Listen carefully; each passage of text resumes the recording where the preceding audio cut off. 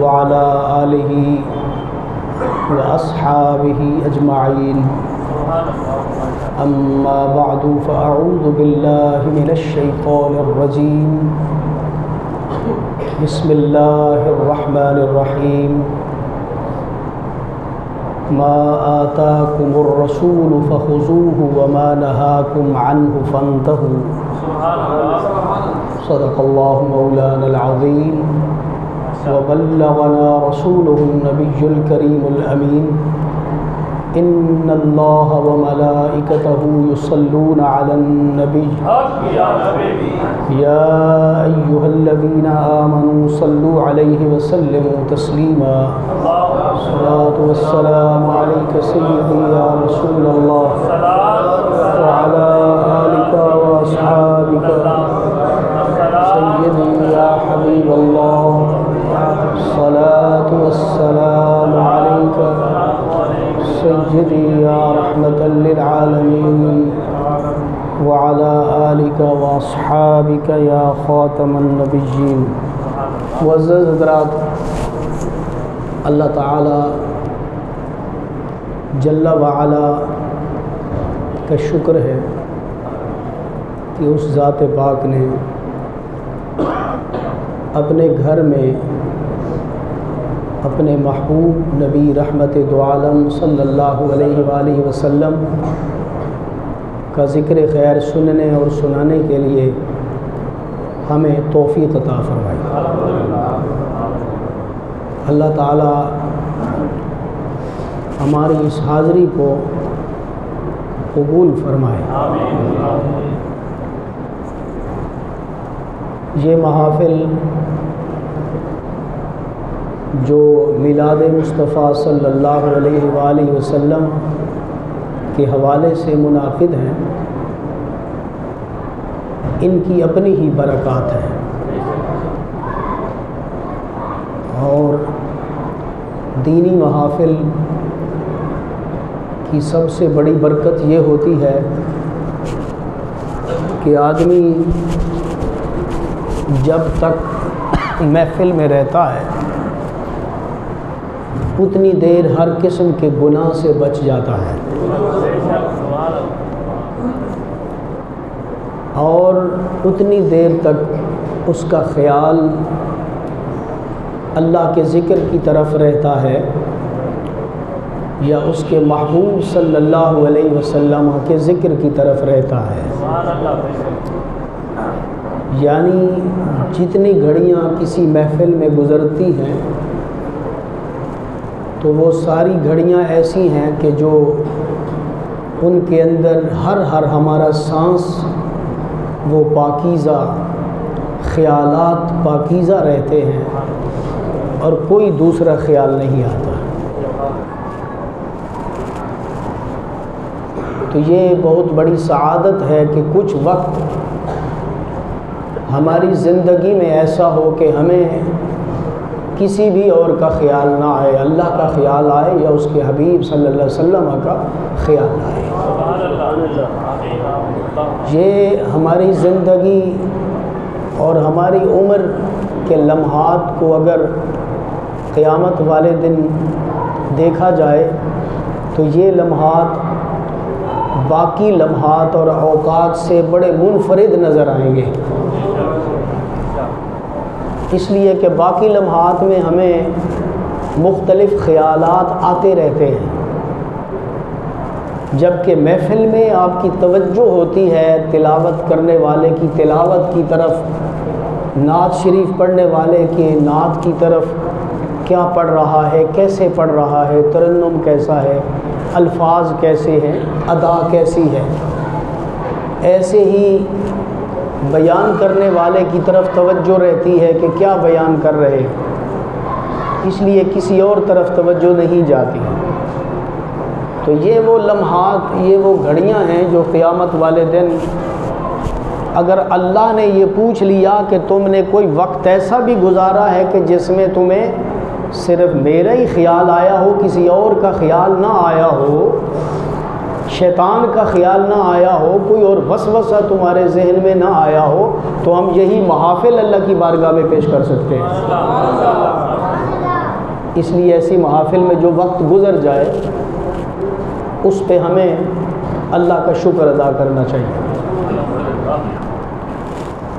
مجھے حکم یہ دیا گیا ہے کہ میں یہ عرض کروں کہ اللہ عطا فرماتا ہے اور اس کے محبوب صلی اللہ علیہ وآلہ وسلم اس کو تقسیم فرماتے ہیں۔ ہر چیز کا مالک اور خالق اللہ ہے، لیکن اس نے تقسیم ہر چیز اپنے حبیب صلی اللہ علیہ وسلم کے ہاتھوں کروائی ہے۔ باقی ساری چیزیں چھوڑیے، اللہ تعالیٰ کی خود جو اپنی ذات کی معرفت ہے وہ بھی اللہ تعالیٰ نے ہمارے درمیان اپنے حبیب کے ذریعے ہی تقسیم کی ہے۔ اللہ کی معرفت ہمیں سرکار کے بغیر نہیں حاصل ہو سکتی۔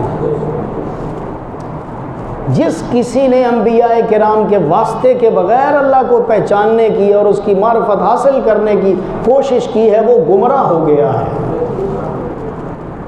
تو اللہ کی معرفت اگر سرکار کے در اقدس سے ہمیں ملی ہے تو اس کا مطلب یہ ہے جب خدا وہاں سے ملا ہے تو پھر ساری خدائی بھی وہاں سے ملی ہے۔ حضرات گرامی، مجدد الفسانی شیخ احمد فاروقی سرہندی علیہ الرحمہ وہ فرماتے ہیں کہ میں خدا کو خدا اس لیے مانتا ہوں کہ وہ میرے محمد کا خدا ہے صلی اللہ علیہ وسلم، اور خدا ہے بھی وہی۔ اللہ کا کیا پتہ ہے؟ اللہ وہی ہے جو حضور کا اللہ ہے، رب وہی ہے جو حضور کا رب ہے، معبود وہی ہے جسے اللہ کے محبوب معبود کہتے ہیں، اس کے علاوہ سب باطل ہے۔ کوئی شخص یہ کہے کہ میں ایک خدا کو مانتا ہوں، کوئی شخص یہ کہتا ہے کہ میں ایک خدا کو مانتا ہوں، میں ایک معبود کو مانتا ہوں، میں ایک الہ کو مانتا ہوں، لیکن اس سے پوچھا جائے وہ تمہارا الہ ہے کون، وہ تمہارا معبود ہے کون، وہ تمہارا مسجود کون ہے؟ اگر وہ حضور کے رب کے علاوہ کسی اور کا نام لے لے تو پھر وہ کافر ہو سکتا ہے، ایماندار نہیں ہو سکتا۔ ایماندار ہونے کے لیے یہ کہنا پڑے گا کہ میں اسی کو خدا مانتا ہوں جو میرے محمد کا خدا ہے صلی اللہ علیہ وآلہ وسلم۔ اس کا معنی یہ ہے اللہ کی ہمیں معرفت اگر نصیب ہوئی ہے، یعنی خود اللہ کی راہ اگر ہمیں معلوم ہوئی ہے، اللہ اگر ہمیں ملا ہے تو وہ سرکار کی بارگاہ سے ہی ملا ہے۔ اور اللہ تعالیٰ نے خود اپنا جب تعارف کروایا تو فرمایا اے پیارے محبوب صلی اللہ علیہ وسلم میرا تعارف آپ کروائیں، میں وہی ہوں جس کا تعارف آپ کروائیں گے۔ فرمایا قل هو اللہ احد، یہ نہیں فرمایا اللہ احد، هو اللہ احد یہ نہیں فرمایا، بلکہ فرمایا اے محبوب آپ اپنی زبان سے کہو اللہ احد۔ جب آپ کی زبان سے یہ کلمات نکلیں گے وہی میرا تعارف ہو جائے گا۔ یہ پوری کی پوری سورت جو ہے اللہ تعالیٰ کے تعارف پر مشتمل ہے۔ اس کا نام ہے سورت اخلاص۔ اخلاص کا مطلب یہ ہے کہ یہ باقی ہر قسم کے تصورات سے پاک ہے، ہر قسم کے غیر کے تصورات سے پاک ہے، لیکن شروع کس سے ہوتی ہے؟ اللہ کے محبوب کے ذکر خیر سے ہوتی ہے۔ هو اللہ احد نہیں فرمایا، بلکہ فرمایا اے محبوب میں اللہ احد بھی ہوں، اللہ الصمد بھی ہوں، میں لم یلد بھی ہوں ولم یولد بھی ہوں ولم یکن لہ کفوا احد بھی ہوں۔ لیکن اگر کسی نے پوچھ لیا کہ یہ کون کہتا ہے اللہ احد ہے، اللہ الصمد ہے، فرمایا آپ میرے تعارف کا حوالہ بن جاؤ، اس لیے فرمایا قل هو اللہ احد اللہ الصمد لم یلد ولم یولد۔ اے محبوب صلی اللہ علیہ وسلم میں چاہتا ہوں کہ آپ کا تعارف میں کرواؤں اور میرا تعارف آپ کرواؤں۔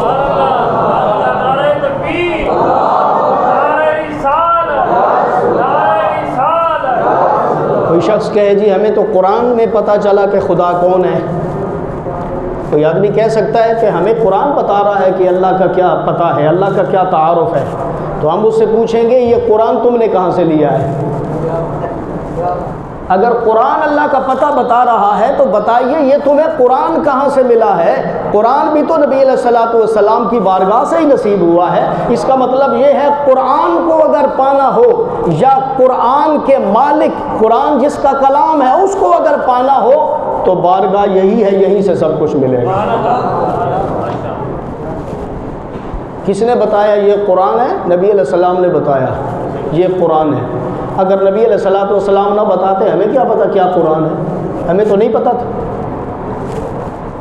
اور قرآن پاک تمام خزانوں کا جامع، اس پوری کائنات کے اندر سب سے بڑی نعمت قرآن پاک ہے، اللہ کا کلام۔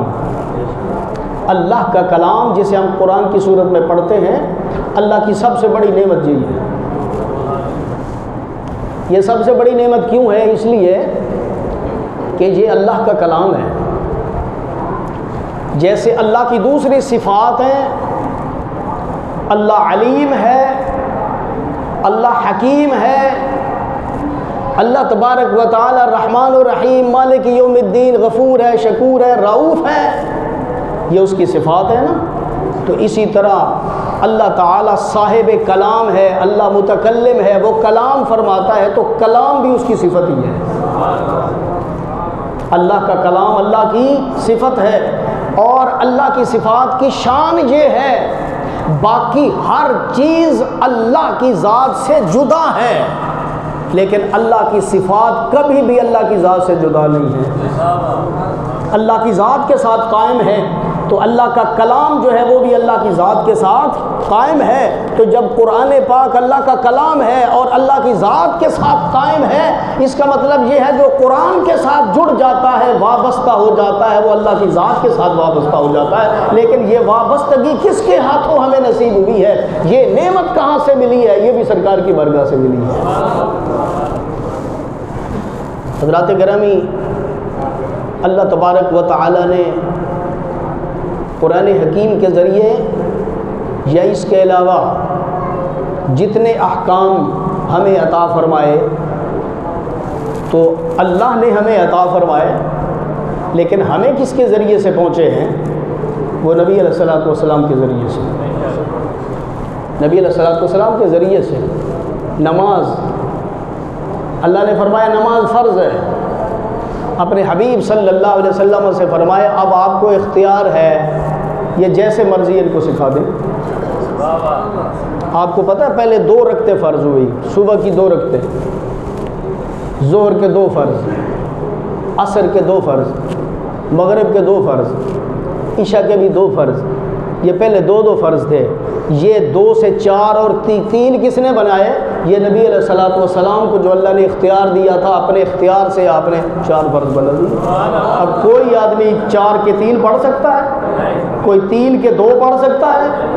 کوئی 4 کے 5 پڑھ سکتا ہے؟ نہیں۔ اس کا مطلب یہ ہے کہ عبادت اللہ تبارک و تعالیٰ کی ہے، لیکن نبی علیہ الصلوۃ والسلام کی اداؤں کو سامنے رکھ کے فرمایا یہی میری عبادت ہے۔ نبی علیہ السلام نے فرمایا صلو کما رأیتمونی اصلی، اللہ فرماتا ہے نماز پڑھو، اللہ فرماتا ہے نماز پڑھو۔ یا اللہ نماز کیا ہوتی ہے؟ فرمایا یہ میرے محبوب بتائیں گے تمہیں۔ اللہ فرماتا ہے نماز پڑھو، یا اللہ کیسے؟ فرمایا کیسے پڑھیں؟ فرمایا یہ میرا محبوب بتائے گا کہ کیسے پڑھنی ہے۔ یعنی حکم میرا ہے، لیکن میری محبوب کی اداؤں کا نام نماز ہے، میرے محبوب کی اداؤں کا نام روزہ ہے، میرے محبوب کی اداؤں کا نام حج ہے۔ میری طرف سے حکم ہوتا ہے، باقی سب کچھ میرے محبوب تمہیں سکھاتے ہیں۔ کوئی نماز ہے جو نبی علیہ السلام کی ذات اقدس سے ملے، اس سے ہٹ کے کوئی نماز کا تصور ہے؟ اس سے ہٹ کے کوئی روزے کا تصور ہے؟ اس سے ہٹ کے کوئی حج کا تصور ہے؟ کوئی تصور نہیں ہے۔ نبی علیہ الصلوۃ والسلام نے فرمایا خذوا عنی مناسککم، آؤ میری بارگاہ میں تمہیں بتاؤں کہ حج کیسے ادا کیا جاتا ہے۔ تو سب کچھ تو یہی سے مل رہا ہے، بلکہ اللہ فرماتا ہے اگر تم میری نافرمانی کر لو نا، میری نافرمانی، تو معافی میرے محبوب کی بارگاہ سے آ کے لے لو۔ نافرمانی میری کی ہے، نافرمانی میری کی ہے، لیکن بخشش وہاں سے ملے گی۔ نافرمانی تم نے میری کی ہے، اگر بخشش لینا چاہتے ہو سیدھے منہ اٹھا کے نہ آ جانا، یہاں سے جواب بھی مل سکتا ہے، میں تمہیں وہ بارگاہ دکھاتا ہوں کہ جہاں سے پھر تمہیں سوکھا جواب نہیں ملے گا بلکہ رحمت ہی رحمت ملے گی۔ وَلَوْ أَنَّهُمْ إِذْ ظَلَمُوا أَنفُسَهُمْ جَاءُوكَ فَاسْتَغْفَرُوا اللَّهَ وَاسْتَغْفَرَ لَهُمُ الرَّسُولُ لَوَجَدُوا اللَّهَ تَوَّابًا رَحِيمًا۔ اے محبوب صلی اللہ علیہ وسلم آپ اپنے غلاموں کو بتا دیں اگر کوئی آدمی میری نافرمانی کر کے اپنی جان پر ظلم کر بیٹھے تو وہیں بیٹھ کے مجھے یہ نہ کہے یا اللہ مجھ سے گناہ ہو گیا ہے، میرا کوئی پتہ نہیں، میں غضب میں ہوتا ہوں رحمت میں ہوتا ہوں، لیکن آپ کو تو میں نے رحمت للعالمین بنا کر بھیجا، یہاں تو رحمت ہی رحمت ہوتی ہے، اس لیے آپ کی بارگاہ میں آ جائیں، یہاں کھڑے ہو کے مجھ سے استغفار کرے، لیکن اس کا یہ استغفار اس وقت قبول ہوگا جب آپ بھی اس کے لیے استغفار فرمائیں گے، اور جب آپ نے استغفار فرما دیا فرمایا لَوَجَدُ اللَّهَ تَوَّابًا رَحِيمًا، صرف یہ نہیں کہ میں اس کی توبہ قبول کروں گا بلکہ آپ کی بارگاہ کی نسبت کا صدقہ میں اس پر رحم بھی فرماؤں گا۔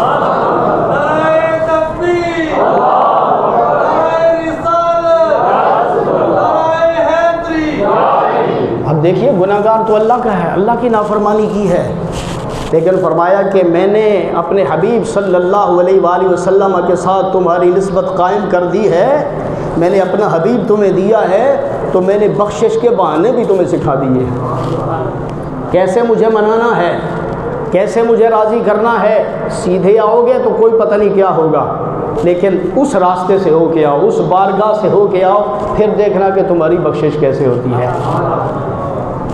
نبی کریم صلی اللہ علیہ وآلہ وسلم کی ذات اقدس وہ ذات اقدس ہے، اللہ اکبر، کہ ہم اگر حضور کی بارگاہ میں جا کے صرف تھوڑا سا جیسے ماں کے سامنے منہ بناتے ہیں نا رونے جیسا، اگر وہاں جا کے ایسے کر دیں تو پھر نبی علیہ الصلوۃ والسلام کی شان کیا ہے، لَقَدْ جَاءَكُمْ رَسُولٌ مِّنْ أَنفُسِكُمْ عَزِيزٌ عَلَيْهِ مَا عَنِتُّمْ، تمہیں میں نے اپنا وہ نبی اور عظمتوں والا رسول دیا ہے کہ اگر تم مشقت میں پڑتے ہو، تمہیں تکلیف بعد میں ہوتی ہے، میرا محبوب تمہاری تکلیف کو پہلے محسوس کرو۔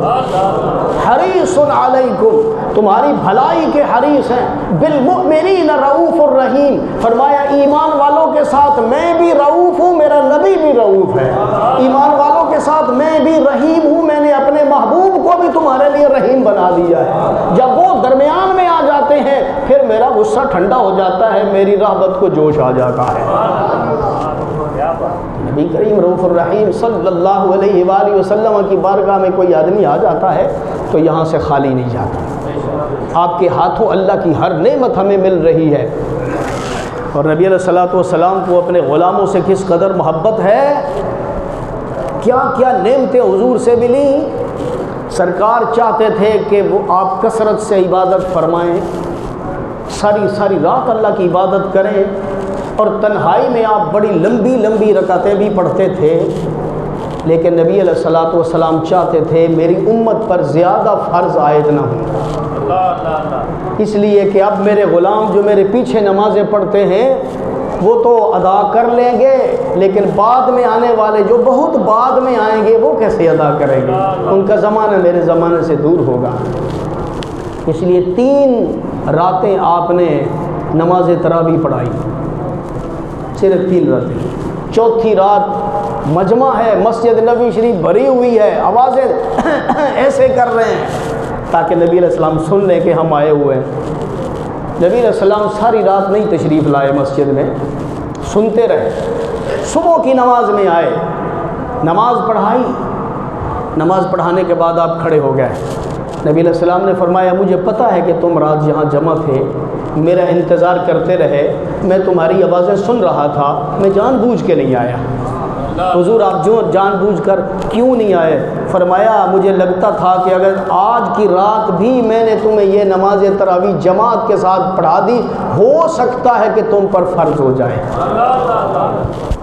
اور میں چاہتا ہوں نفل کے طور پر پڑھو، سنت کے طور پڑھو، لیکن اگر فرض ہو گئی پھر اگر تم نے نہ پڑھی تو فرض کو چھوڑنے کا گناہ ہوگا، اگر فرض نہیں ہوگی تو پھر فرض کو چھوڑنے کا گناہ نہیں ہوگا، پھر گناہ کم ہوگا کیونکہ اس کے اندر ذرا وسعت ہوتی ہے۔ تو وہ نبی رحمت عالم صلی اللہ علیہ وآلہ وسلم اللہ تعالیٰ اپنی رحمتیں ہمارے اوپر نچھاور فرما رہا ہے، اس کا یہ انداز بھی ہے کہ زیادہ فرائض بھی ہمارے اوپر عائد نہیں فرما رہا، لیکن یہ نعمت بھی اگر ہمیں مل رہی ہے تو نبی علیہ الصلوۃ والسلام کے ذریعے سے مل رہی ہے۔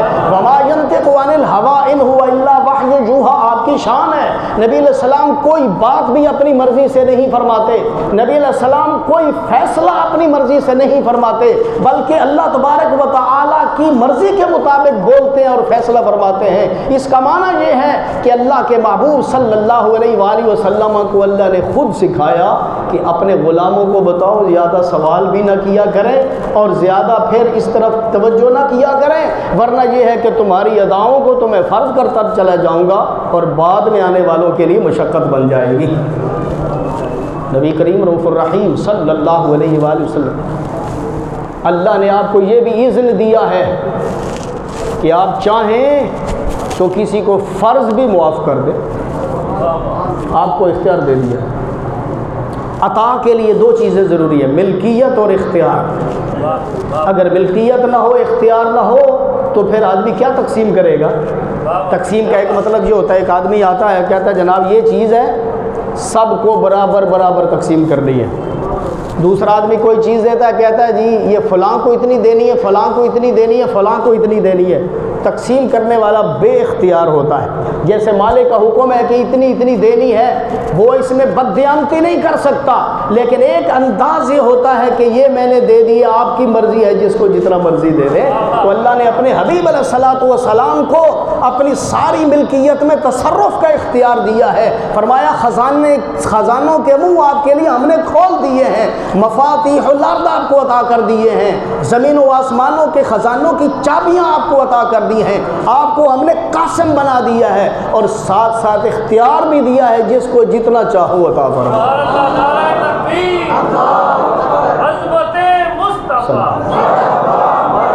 ایک شخص حاضر خدمت ہیں، عرض کرتے ہیں حضور میں اسلام قبول کرنا چاہتا ہوں لیکن ایک مسئلہ ہے میرے لیے۔ فرمایا وہ کیا؟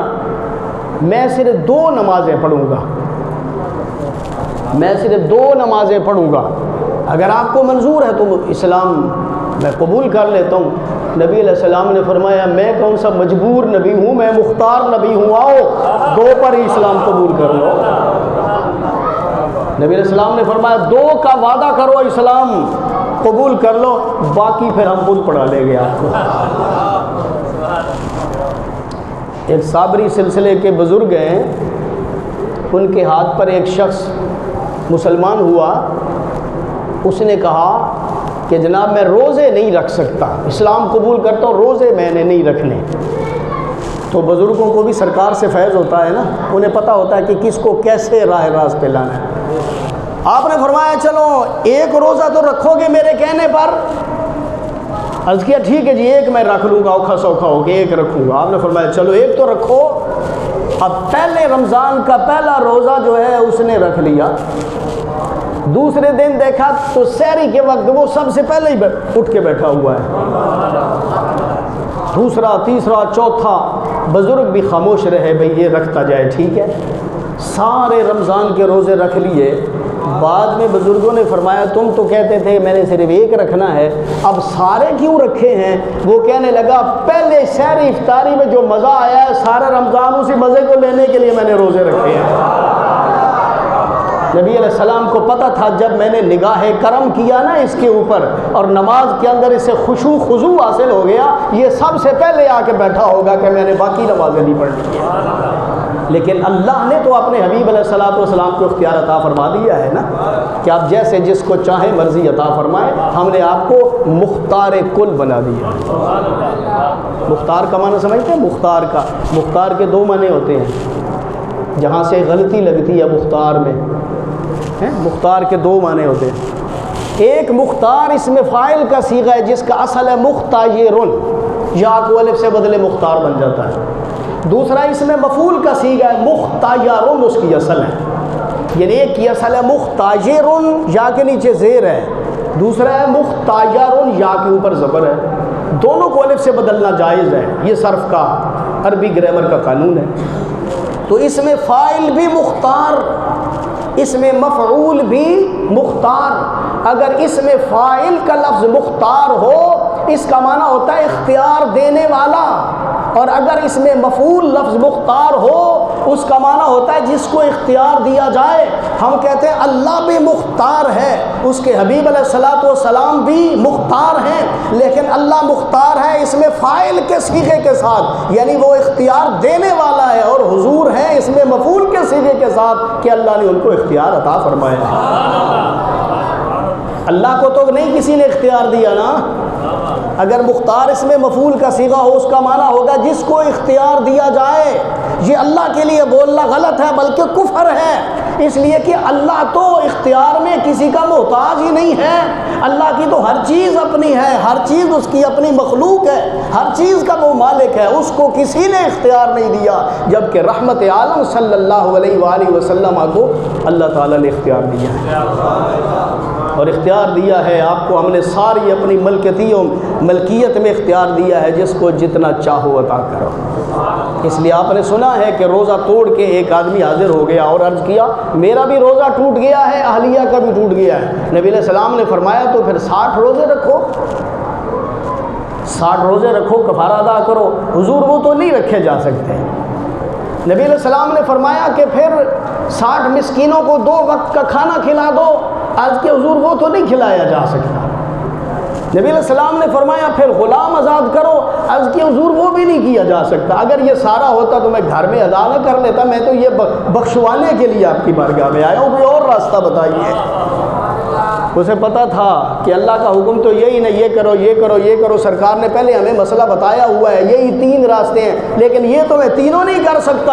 اب ہم میں سے کوئی آدمی کہہ سکتا ہے کہ میں یہ نہیں کر سکتا، میں یہ نہیں کر سکتا، میں یہ نہیں کر سکتا، لیکن سب صحابہ کو پتا تھا سرکار کی بارگاہ میں کوئی چوتھا راستہ بھی نکل سکتا ہے۔ میں نہیں، سرکار نے فرمایا پھر یہ نہیں فرمایا پھر میں کیا کروں؟ اب یہ 3 ہی تو راستے تھے، میں نے تمہیں بتا دیے، جو قرآن میں مذکور ہے وہ بتا دیے، تم نہیں کر سکتے تو اب اللہ تعالیٰ سے استغفار کرو، توبہ کرو، چوتھی راہ تو کوئی نہیں۔ نبی علیہ السلام نے یہ نہیں فرمایا، کیوں؟ اس لیے کہ نبی علیہ السلام مختار نبی تھے، اللہ تعالیٰ کی تمام خزانوں کو تقسیم فرمانے والے تھے، اس لیے فرمایا کوئی بات نہیں، بیٹھ جاؤ، اس کا حل کرتے ہیں، بیٹھ جاؤ۔ تھوڑی دیر کے بعد کھجوریں آ گئیں، نبی علیہ السلام کی بارگاہ میں پیش کی گئیں۔ سرکار نے فرمایا اٹھو، کون ہے بھائی جس نے مسئلہ پوچھا تھا؟ حضور میں۔ نبی علیہ السلام نے فرمایا یہ کھجوریں میں تمہیں دے رہا ہوں، ضروری نہیں کہ یہ 60 مسکینوں کو تقسیم کرو، یہ جتنی بھی ہیں لے جاؤ، جتنے مسکینوں کو تقسیم کر سکتے ہو کر دو، تم دونوں کا کفارہ ادا ہو جائے گا۔ یہ کتنا بڑا کرم تھا، اسے پتا تھا اگر چوتھی راہ نکلی ہے نا 5ویں بھی نکل سکتی ہے، اسے پتا تھا 5ویں راہ بھی اب نکل سکتی ہے۔ اب اللہ کے حبیب کا دریائے رحمت جوش پہ آیا ہوا ہے، جو مرضی مانگ لو۔ عرض کرنے لگا حضور پھر مدینہ شریف میں تو سب سے زیادہ غریب اور فقیر ہی میں ہی ہوں۔ حدیث پاک میں آتا ہے سرکار مسکرائے بھی اور فرمایا جاؤ تم کھاؤ، تمہارے اہل عیال کھائیں، تمہارا کفارہ بھی ادا ہو جائے گا، لیکن فرمایا یہ صرف میں تمہیں اجازت دے رہا ہوں اور کسی کو اجازت نہیں ہے۔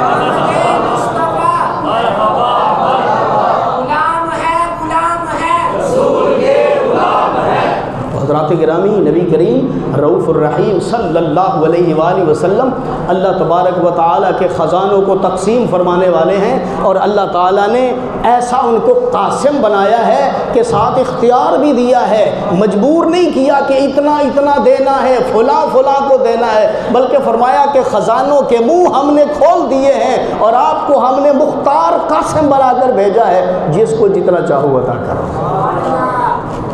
اور پھر صحابہ کرام کو نبی علیہ السلام نے عطا فرما کے یہ ثابت کر دیا کہ میں قاسم بھی ہوں اور مختار بھی ہوں اور خازن بھی ہوں۔ حدیث پاک میں نبی علیہ السلام نے فرمایا کہ اللہ عطا فرمانے والا ہے اور میں خازن ہوں، خزانے تقسیم کرنے والا۔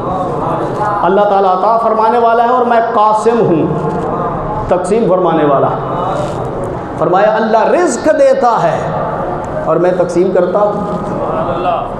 قرآن پاک کی سب سے خوبصورت، قرآن پاک کا ہر لفظ ہی خوبصورت ہے، لیکن نبی اکرم صلی اللہ علیہ وسلم کی ذات اقدس سرکار کی شان بیان کرنے کے لیے اور اللہ نے جو اپنے حبیب کو عطا کیا ہے اس کے لیے ایک آیت ہی کافی ہے، وہ کیا؟ انا اعطیناک الکوثر۔ اے محبوب ہم نے آپ کو اتنا دیا ہے، اتنا دیا ہے۔ یا اللہ کتنا دیا ہے؟ کثیر دیا ہے؟ اللہ فرماتا ہے نہیں۔ یا اللہ اکثر دیا ہے؟ اللہ فرماتا ہے یہ بھی نہیں۔ یا اللہ کثیر در کثیر دیا ہے؟ اللہ فرماتا ہے یہ بھی تھوڑا ہے۔ تو یا اللہ کتنا دیا ہے؟ اللہ فرماتا ہے جہاں تمہاری کثرتیں ختم ہوتی ہیں میں نے اس سے بھی زیادہ دیا، کیونکہ کوثر مبالغے کا صیغہ ہے، مبالغہ۔ اگر ہم مبالغہ کریں تو اس کی کوئی حد نہیں ہوتی، جب خدا مبالغے کا صیغہ استعمال کر رہا ہے پھر اس کی حد کیسے ہو سکتی ہے؟ اللہ کو مبالغے کے صیغے کے استعمال کی ضرورت نہیں ہے۔ اللہ تبارک و تعالیٰ ایک حرف فرما دے، ایک لفظ فرما دے، ایک جملہ فرما دے، اس کے اندر سارے معنی موجود ہوتی ہیں، ساری کثرتیں موجود ہوتی ہیں، لیکن اللہ تبارک و تعالیٰ ہمیں سمجھانے کے لیے مبالغے کا صیغہ استعمال فرما رہا ہے کہ میں دینے والا ہوں اور میرا محبوب لینے والا ہو اور پھر میں حساب کر کے دوں، یہ تو محبوبیت کے شان کے خلاف ہے، یہ تو محبت کے اصول کے خلاف ہے۔ اس لیے فرمایا خزانوں کا خالق میں ہوں، مالک میں نے اپنے حبیب کو بنا دیا، اور مالک بنا کے کیا کہا ہے کہ اپنے پاس رکھنا نہیں، فرمایا وَأَمَّا السَّائِلَ فَلَا تَنْهَرْ، اے محبوب ہم نے آپ کو خزانے سارے عطا کر دیے ہیں، وَأَمَّا السَّائِلَ فَلَا تَنْهَرْ، اب جو بھی آپ کی بارگاہ میں آ جائے خالی نہ لوٹے، جتنا چاہو اس کو عطا کرتے جائے۔ ایک صحابی حاضر خدمت ہوئے، نبی علیہ الصلوۃ والسلام نے عطا فرمایا، ایک اور آ گئے پھر دے دیا، ایک اور آ گئے، عرض کیا حضور یہ جو آپ کے اوپر چادر ہے نا، صرف ایک ہی چادر حضور نے اوپر لپیٹی ہوئی تھی، ایک نیچے تہمت اور ایک اوپر چادر، نیچے بنیان کوئی نہیں، اوپر قمیص کوئی نہیں، صرف ایک چادر ہے، اور وہ بھی کسی غلام نے عطا کی ہے، پیش کی حضور کی بارگاہ میں، حضور یہ تحفہ قبول فرمائے۔ نبی علیہ الصلوۃ والسلام نے ایسے اوڑھ دی، تو کسی سائل نے جب سوال کیا حضور نے وہ بھی اتار کے دے دی۔ حضرت عمر رضی اللہ تعالیٰ عنہ کو اس سائل کا یہ سوال اچھا نہیں لگا، اور انہوں نے سرکار کی بارگاہ میں عرض کیا حضور آپ نے چادر تک اتار کے دے دی ہے، آپ اتنے بھی مکلف نہیں ہیں، یہ تو آپ کی اپنی ضرورت تھی۔ جب حضرت عمر رضی اللہ تعالیٰ عنہ نے یہ کہا کہ حضور آپ نے اپنی چادر کیوں اتار کے دے دی، چادر تو پہنے رکھتے، آپ کے پاس چادر نہیں تھی، آپ کو ضرورت بھی تھی، پھر بھی مانگنے پہ دے دی، تو نبی علیہ الصلوۃ والسلام کا چہرہ مبارک غصے کی وجہ سے بدل گیا کہ تم نے مجھے روکا کیوں ہے، تم نے مجھے کیوں روکا ہے؟ اور حضرت ابو بکر کو پتہ ہوتا تھا کہ حضور کو منانا کیسے ہے، ساتھ ہی کھڑے ہو گئے، عرض کیا یا رسول اللہ صلی اللہ علیہ وسلم اللہ تعالیٰ کے خزانے کون سے بند ہو گئے ہیں، آپ دیتے جائیں اللہ تعالیٰ آپ کو اور عطا کرتا جائے گا۔ اس بات پہ نبی علیہ الصلوۃ والسلام کو خوشی محسوس ہوئی، سرکار مسکرائے، سرکار نے فرمایا ہاں میرا رب بھی مجھے یہی کہتا ہے کہ جو آتا ہے خالی نہ موڑو، عطا کرتے چلے۔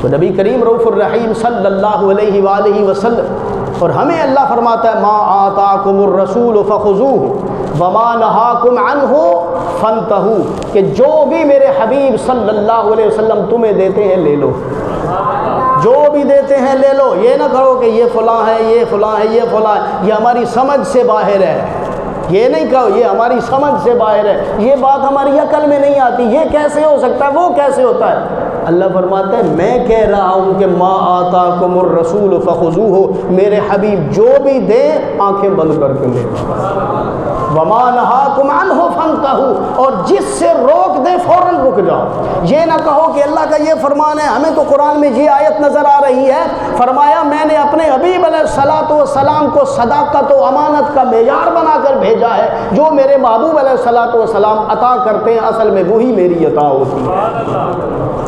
تو حضرات گرامی، نبی کریم رؤوف الرحیم صلی اللہ علیہ وآلہ وسلم، اللہ تبارک و تعالی نے آپ کو مالک بھی بنایا، آپ کو مختار بھی بنایا، اور آپ کو قاسم بھی بنایا،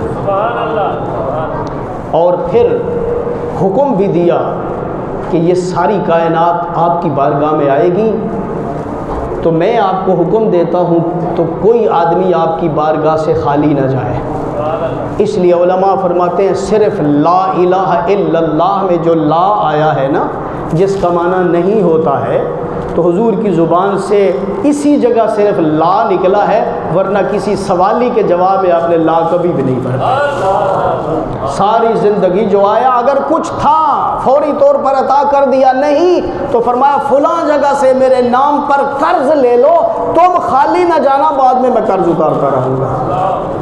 تو ایسے اللہ کے حبیب رحمت عالم صلی اللہ علیہ وآلہ وسلم جو خود فرماتے ہیں واللہ یعطی وانما انا قاسم، صرف یہی روایت نہیں ہے، مختلف روایتیں اسی مضمون کی اور مختلف کتب حدیث کے اندر، بخاری کے اندر، مسلم کے اندر اور باقی تمام صحاح ستہ کی مختلف کتابوں کے اندر صرف ایک لفظ نہیں ہے، مختلف الفاظ کے ساتھ یہ مضمون موجود ہے کہ نبی علیہ الصلوۃ والسلام نے فرمایا عطا اللہ فرماتا ہے لیکن وہ تقسیم میرے ہاتھوں کرواتا ہے۔ اب آپ بتائیے کہ ابھی لنگر شریف آپ نے یقیناً کوئی تبرک تقسیم ہوتا ہے، ایک آدمی لنگر وہ بنواتا ہے، بنوانے کے بعد ایک آدمی کو کہتا ہے کہ آپ نے تقسیم کرنا ہے، بتائیے آپ لینے کے لیے کہاں جاؤ گے؟ جو تقسیم کر رہا ہے اسی کے پاس جاؤ گے نا۔ ایک آدمی نے لنگر تیار کیا، ایک چیز جو ہے تقسیم کرنے کے لیے بنا دی اور ایک کو قاسم مقرر کر دیا کہ تم نے تقسیم کرنا، وہ آدمی خود گھر میں بیٹھا ہوا ہے، وہ مسجد کے اندر بیٹھا ہوا ہے، آپ اسے جا کے کہیں جناب مجھے بھی تھوڑا سا لنگر دے دو، وہ کہے گا بھائی لنگر تو وہاں سے ملے گا، وہ کہے جناب آپ نے بنایا ہے، اس کے مالک تو آپ ہیں، یہ تو آپ نے عطا کرنا ہے، آپ ہی مجھے دیں، وہ کہے گا جناب ہے سارا کچھ میرا لیکن اب تمہیں اسی کے ہاتھ سے لینا پڑے گا۔ اس لیے حضرت پیر بارو رحمۃ اللہ علیہ فرمایا کرتے تھے بابو اگر پیر کے ساتھ ان بن ہو جائے نا تو باورچی کے ساتھ ذرا بلا کے رکھا کرو تاکہ بھوکے نہ رہو۔ تو قاسم کون ہے؟ نبی علیہ الصلوۃ والسلام، ان کی ذات اقدس کے ساتھ اگر تعلق ہوگا، اللہ فرماتا ہے اگر میرے ساتھ تھوڑی بہت ہی ناراضگی بھی ہو جائے گی کھانا تو ملتا رہے گا نا۔ تو نبی علیہ الصلوۃ والسلام، لیکن یہ بات یاد رکھیے نبی علیہ الصلوۃ والسلام کا کوئی عمل ایسا نہیں ہے جو اللہ کی مرضی کے خلاف ہو، ایسا نہیں ہے کہ جو اللہ کی مرضی کے خلاف ہو۔ نبی وہی ہوتا ہے جس کے اندر تصور وہی آتا ہے جو اللہ کی مرضی ہوتی ہے، اس کے علاوہ نبی سوچتا ہی نہیں ہے۔ اس لیے فرمایا وما ینطق عن الہویٰ کہ اپنی خواہش سے میرے حبیب تو بولتے تک نہیں ہیں، ان ہوا الا وحی یوحیٰ، جو بھی بولتے ہیں پیچھے قوت ہماری وحی کی ہوتی ہے۔ ایک وحی تو وہ ہے جو قرآن کی صورت میں ہمارے پاس موجود ہے، وہ بھی وحی ہے، اسے وحی مطلوب کہتے ہیں جس کی تلاوت ہوتی ہے، اور دوسری وحی کیا ہے جس کو وحی غیر مطلوب کہتے ہیں کہ جس کی نماز میں تلاوت تو نہیں ہوتی لیکن ہے وہ بھی وحی، اور وہ کیا ہے؟ وہ حدیث پاک ہے۔ تو حدیث بھی اللہ کی وحی ہے، قرآن بھی اللہ کی وحی ہے، دونوں اللہ تعالیٰ نے اپنے حبیب علیہ الصلوۃ والسلام کو وحی عطا کی ہے۔ ایک کے اندر معنی بھی اللہ کا ہے، الفاظ بھی اللہ تعالیٰ نے بتائے کہ یہ اپنے غلاموں کو سکھانے ہیں، اور دوسری وحی وہ ہے کہ معنی تو اللہ تعالیٰ نے عطا فرما دیا اور آگے اختیار عطا کیا کہ جن لفظوں کے ساتھ مرضی اس کو تعبیر فرما دو۔ نبی کریم رؤوف الرحیم صلی اللہ علیہ وآلہ وسلم کا جو اختیار ہے، جو عطا ہے، وہ صرف اس دنیا تک محدود نہیں ہے، قیامت والے دن بھی بندے اللہ کی رحمت کو لینے کے لیے ڈائریکٹ اللہ کی بارگاہ میں نہیں جائیں گے۔ قیامت والے دن بھی کوئی آدمی سیدھا اللہ کی بارگاہ میں نہیں جائے گا، نبیوں کی بارگاہ میں جائیں گے، اور نبی بھی کیا کہیں گے کہ نہیں ابھی ہماری باری نہیں آئی، جس نے باب شفاعت کھولنا ہے اس کی بارگاہ میں جاؤ۔ تو قیامت والے دن بھی اگر ہم سیدھے اللہ کی بارگاہ میں نہیں جا سکتے اور اس وقت بھی کوئی وسیلہ تلاش کریں گے اور وسیلہ آ جا کے پھر نبی علیہ الصلوۃ والسلام کی ذات اقدس ہوگی، نبی علیہ الصلوۃ والسلام یہ نہیں فرمائیں گے کہ اور بھی تو نبی تھے میرے پاس کیوں آ گئے ہو؟ حضور کو پتا ہے کہ یہ سارے دروازے چھان کے میری بارگاہ میں آئے ہیں، باقی کہیں گے نفسی نفسی اذهبوا الی غیری، ہمیں اپنی جان کی فکر ہے، کسی اور کے پاس جاؤ جو اللہ تعالیٰ کی نعمتوں کا قاسم بنا ہوا ہے آج کے دن بھی۔ تو نبی علیہ السلام یہ نہیں فرمائیں گے کہ چلو میں اجازت لے لوں، آپ فرمائیں گے مجھے اجازت ہے اللہ نے پہلے ہی عطا کر رکھی ہے، انا لہا، حضور فرمائیں گے انا لہا، یہ مقام میرا ہے، پھر سجدہ کریں گے اللہ کی بارگاہ میں۔ نبی علیہ السلام فرماتے ہیں جب تک میرا رب چاہے گا میں سجدہ کروں گا، پھر میرا خدا فرمائے گا اب سر انور اٹھاؤ۔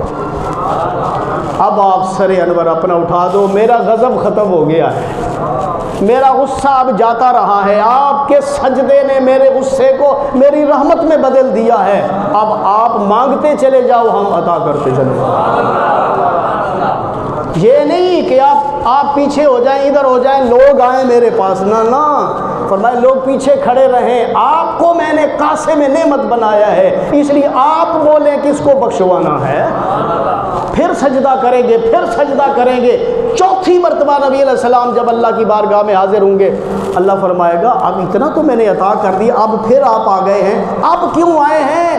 نبی علیہ السلام عرض کریں گے یا اللہ ابھی کچھ میرے غلام جہنم کے اندر موجود ہیں، مجھے اجازت دو کہ وہاں سے میں نکالوں ان کو، جنت میں اپنے ساتھ لے جاؤں۔ اللہ فرمائے گئے میرے محبوب صلی اللہ علیہ وسلم رائی کے چھوٹے دانے کے برابر، رائی کا دانہ خود چھوٹا ہوتا ہے لیکن کچھ دانے بالکل ہی مریل ہی ہوتے دانے ہی ہیں، مریل سے سڑے ہوئے دانے ہوتے ہیں۔ اللہ فرمائے گا جس آدمی کے دل میں رائی کے چھوٹے دانے کے برابر بھی ایمان ہے، آپ اس کو بھی نکال کے جنت میں اپنے ساتھ۔ تو یہ عطائیں ہیں میرے آقا صلی اللہ علیہ وآلہ وسلم کی۔ تو عطا کون کر سکتا ہے؟ جس کو اختیار نہ ہو، جو کسی چیز کا مالک و مختار نہ ہو، نہیں، وہ قاسم بھی ہیں، مالک بھی ہیں، مختار بھی ہیں، اللہ نے انہیں تصرف کی بھی طاقت عطا کی ہے، اور یہ سب اس لیے کیا ہے تاکہ لوگوں کو پتہ چل جائے یہ میرے محبوب ہیں، اور محبوب سے کوئی چیز بھی پیاری نہیں ہوتی، ہر چیز پھر اسی کی ہوتی ہے۔ اللہ پاک ہمیں سرکار کی سچی محبت عطا فرمائے۔ وآخر دعوانا ان الحمد للہ۔